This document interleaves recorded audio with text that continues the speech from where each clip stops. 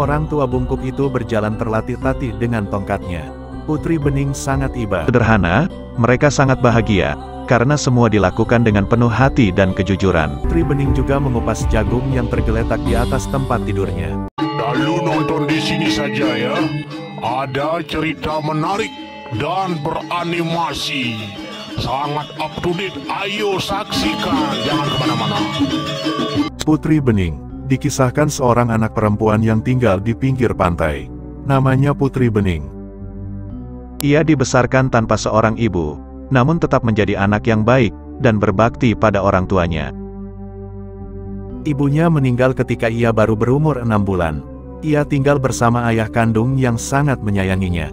Karena ia satu-satunya buah hati bagi ayahnya. Tentang memasak, ayahnya lah yang mengajari. Ayah Putri adalah seorang nelayan. Sebelum meninggalkan gubuk ia berpesan kepada Putri Bening. Anakku, malam ini ayah tidak mendongeng. Sekarang musim panen ikan, dan malam ini adalah hari baik. Masaklah makanan. Bila sampai larut malam ayah belum pulang, makanlah terlebih dahulu. Malam pun tiba. Putri Bening pun mengangguk-angguk, menuruti perintah ayahnya. Baiklah ayah. Aku akan memasak enak, dari sisa beras dan ikan kemarin. Hati-hatilah ayah, semoga ayah selamat dan dapat banyak ikan. Ayahnya pun meninggalkan Putri sematawayangnya di rumah sendirian. Pada suatu sore menjelang matahari tenggelam, sang ayah berangkat ke laut. Pengalaman menjadi pelaut penuh suka dukanya. Kadang-kadang dapat ikan, kadang juga tidak. Karena tergantung sekali dengan cuaca dan musim ikan.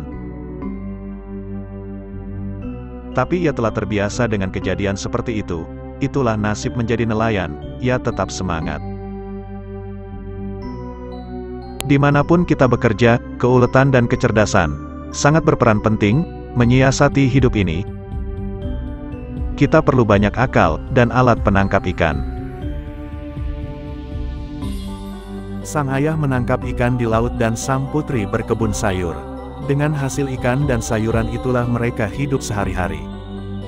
Walaupun hidup sederhana, mereka sangat bahagia, karena semua dilakukan dengan penuh hati dan kejujuran.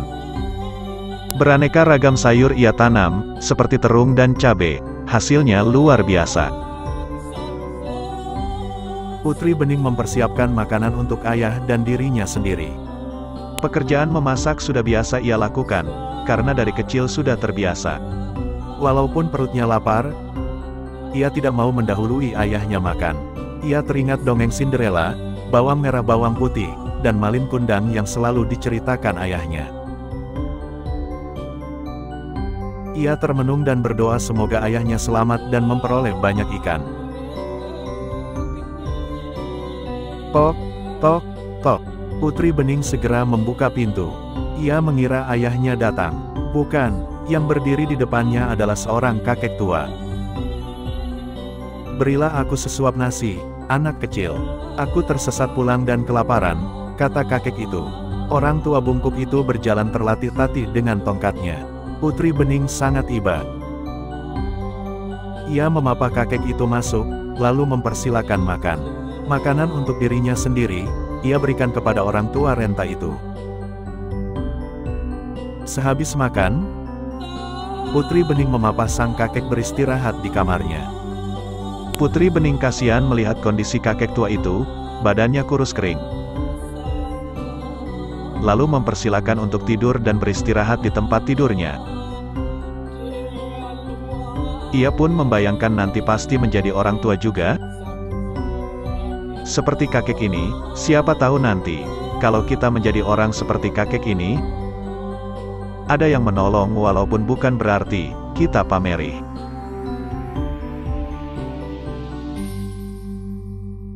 Badannya diberi selimut tampaknya ia kedinginan. Wajahnya lesu sekali. Ayah Putri, sekarang sudah kembali dari melaut. senang sekali hatinya dapat banyak ikan dan ada pengalaman unik dirasakan. Tok, tok, tok. Putri Bening yakin yang mengetok pintu itu adalah ayahnya. Ia segera membukakan pintu. Ia senang sekali melihat ayahnya pulang dengan selamat. Apalagi membawa banyak ikan. Ketika sang ayah mengajak makan bersama, Putri Bening menggelengkan kepala. Ia katakan bahwa makanannya telah ia berikan kepada seorang kakek yang sedang beristirahat di kamar. Sang ayah penasaran, lalu segera menemui orang tua itu. Apa yang dilihatnya? Tidak ada kakek di dalam kamar. Yang ada adalah setongkol jagung yang belum dikupas. Sang ayah teringat kepada orang tua bertongkat yang meminta seekor ikan di pantai. Sang ayah memberinya dan orang tua itu membalasnya dengan setongkol jagung. Sang ayah mengambil jagung itu, lalu mengupasnya di depan Putri Bening.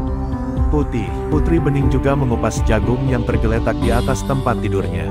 Merah. Mereka berdua saling pandang. Mereka tidak mengerti apa makna dari kejadian itu. Jagung merah dan putih itu adalah anugerah, anakku.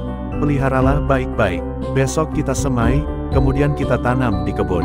Sesungguhnya Tuhan bermurah hati terhadap kehidupan yang sederhana, rukun, setia, jujur, dan saling mengasihi satu sama lain.